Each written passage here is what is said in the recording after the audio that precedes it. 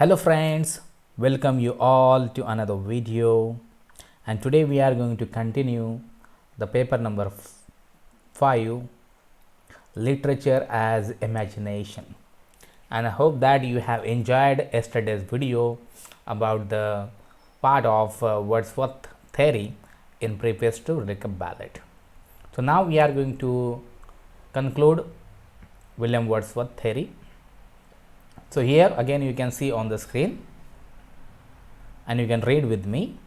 The poet resolved the tensions of the people. That is the very important important statement made by William Wordsworth. You know that whenever you get in tension and when you just try these, when you get in very tension, when you are in a very great tension.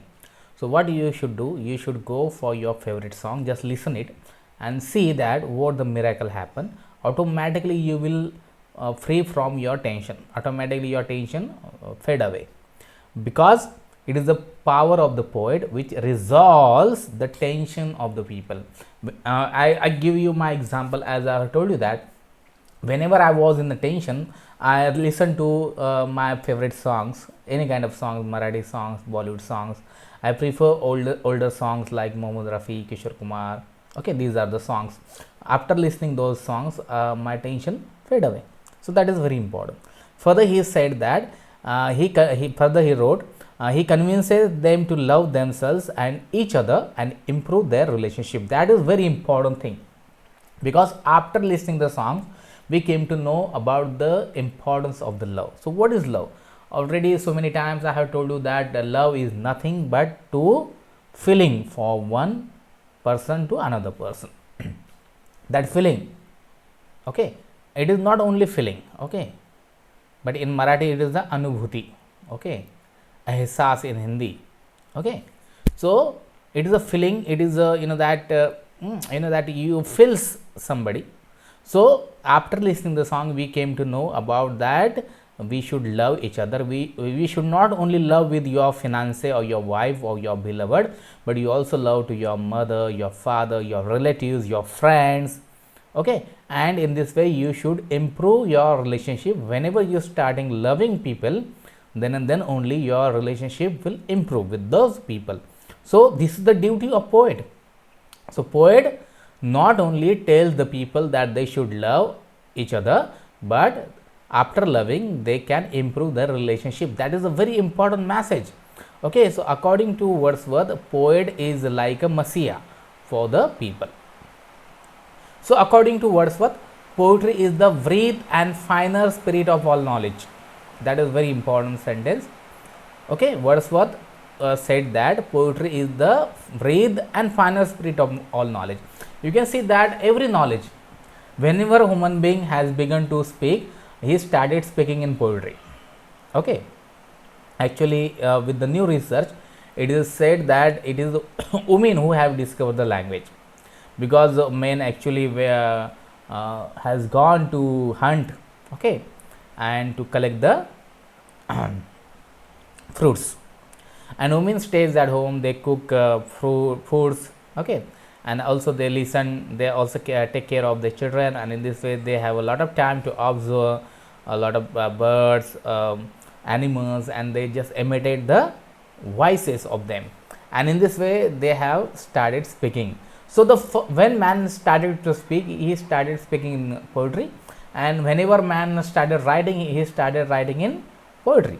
So you can see that almost all the holy texts of all the religions, they are written in poetry. Almost all the saints, they have written in their teaching in the poetry. So that therefore poetry is the breath, okay, shwas hai do, and the final spirit of all knowledge. The poetry is more philosophical than philosophy and deals with concrete truth than the history, which gives only abstract truth. So that is very important sentence here. You can say that that a lot of saints, they wanted to convey their philosophy to the people. For example, if you think about the Saint Tukaram, so Saint Tukaram has delivered a very nice philosophy in a very simple words. For example, ati tethe mati, okay, or you can say करनी तैसे भरनी, जैसे करावे तैसे भरावे. Okay, वृक्षवल्ली आमा सोहरी. So these are the abhangas or gathas which was written by Sant Tukarama. Actually it is a philosophical, more than the philosophy, and it is very easy to understand. The audience, after listening or after reading the poetry, they can understand the philosophy. There is no need to convince them in a philosophy. So therefore it is the truth that poetry is a more philosophical than philosophy, and again it deals with the concrete truth, not only the abstract truth which the history deals. For example, what is in history? In history we can say that that dash year this king was born in that and he won that wars, he won this that kind of wars, and he defeated in these wars. Okay, the rise of this empire and fall of this empire. Okay, the reason for rise and the reason for fall, the reason for First World War and consequences of the First World War. So these are the only abstract truth, but poetry actually deals with the concrete truth. Again further he writes, the poet is the rock to defense human nature.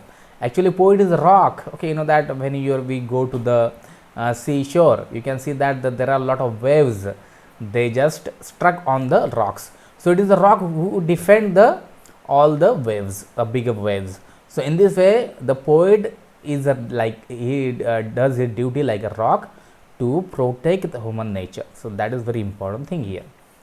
Okay, because if there is no poetry, a person can behave illogically, okay, or unemotionally, or he behaving by hating other people, or he just do crimes.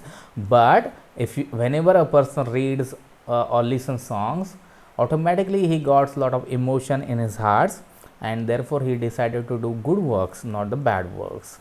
So he gives moral education to the society. What I am talking, actually it is the duty of poet to teach society morality, because morality is very important.